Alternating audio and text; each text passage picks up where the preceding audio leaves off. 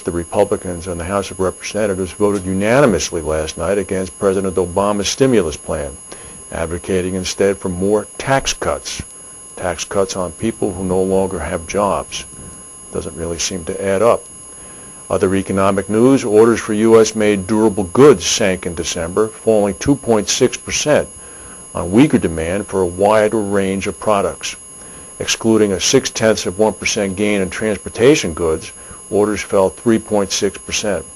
The decrease exceeded the expected 2% fall forecast by most economists. It was the fifth straight decline in new orders. The only bright spot was a jump in commercial aircraft. And in the U.S., bad weather still continues to impact people. More than 1 million people remain stranded in darkness today in the wake of the winter storm.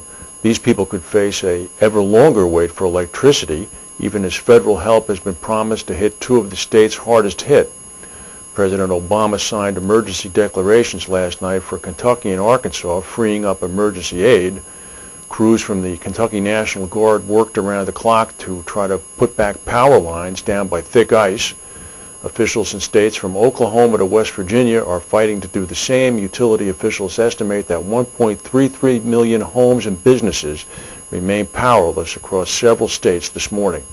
And they warned, listen to this, that it could be mid-February, which is over 2 weeks from now, before some customers had power back. The storm has been blamed for at least 23 deaths. In France today, a strike by hundreds of thousands of French public and private sector transportation workers has held up traffic across the country. Workers are demanding that the French government take stronger action over the economic crisis by protecting jobs and wages.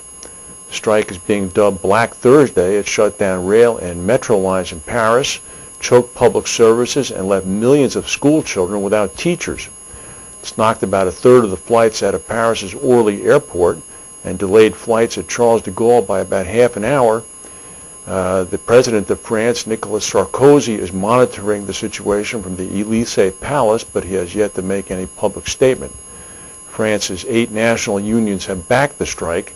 They've drawn up a list of demands for the government and French companies who they believe have been using the crisis as an excuse to lay off workers. In the Philippines, a powerful explosion destroyed a fireworks factory and a nearby electronics plant south of Manila this morning, killing at least 6 people. The blast turned an industrial zone about 30 miles south of Manila into a smoldering wasteland and gouged out a crater the size of a school bus. Parts of the roof of the Star Maker fireworks factory landed more than a mile away. Unexploded fireworks rained down in the area. Shock waves knocked out windows, knocked out electricity, and even toppled concrete walls.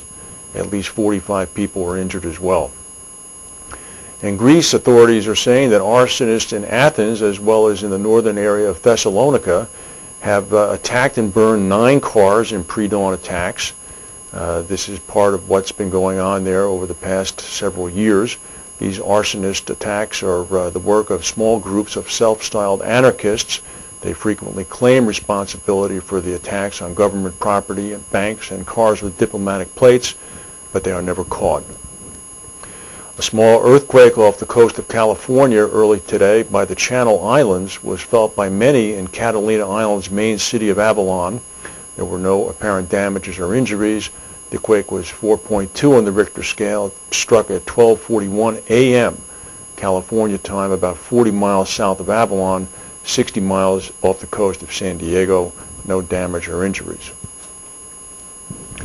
We always like this story every year when it comes out. It reminds me a little bit of looking at the college basketball rankings. This is coming from Aon. It comes out with their annual risk report. Aon has appropriately tied the financial crisis to national sovereign risk. That's something that is probably a good thing to do. Certainly everybody's aware of that. They say that 2009 will see the political consequences of the global credit crunch beginning to have an impact. Their political risk map is launched by Aon Risk Services. You can find access to it on their website. According to Aon Risk Services, this year's map reflects how the impact of the credit crunch is shifting from being an economic problem to a political problem. When an economy is in downturn, the government has less and fewer resources available to deal with issues when they arise. This can lead to political instability.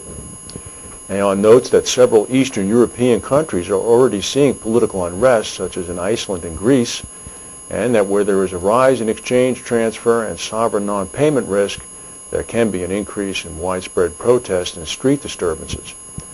The past year, 2008, has seen a number of high-risk countries continue to deteriorate to the point where Aon believes that the gap between 7 such high-risk countries, listen to these, Afghanistan, the Congo, Iran, Iraq, North Korea, Somalia, and Zimbabwe, what a group of 7 that is, the gap between this group and other high-risk countries warrant the creation of a new category called very high risk.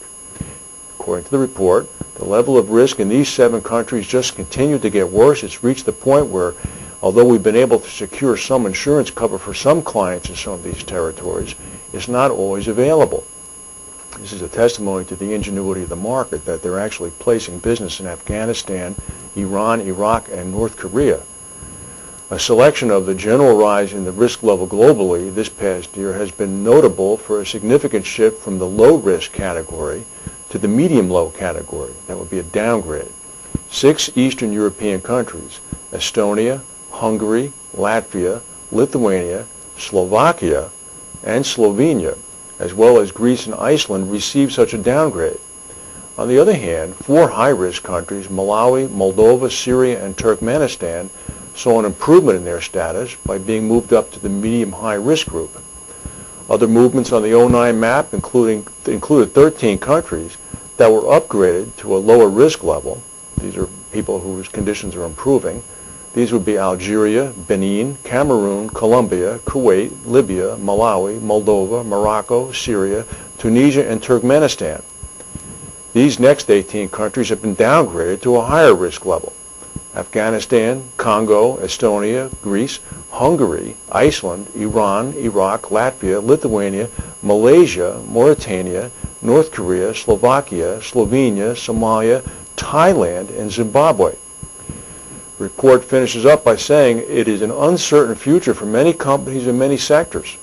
Just how some of these issues, such as the commodity crunch, will play out is unclear. It remains to be seen how and to what extent demand for insurance cover is affected by the ongoing impact of the credit crunch on global trade and investment. Well, I have the answer to that question. I think everybody does. It's going to be affected a lot.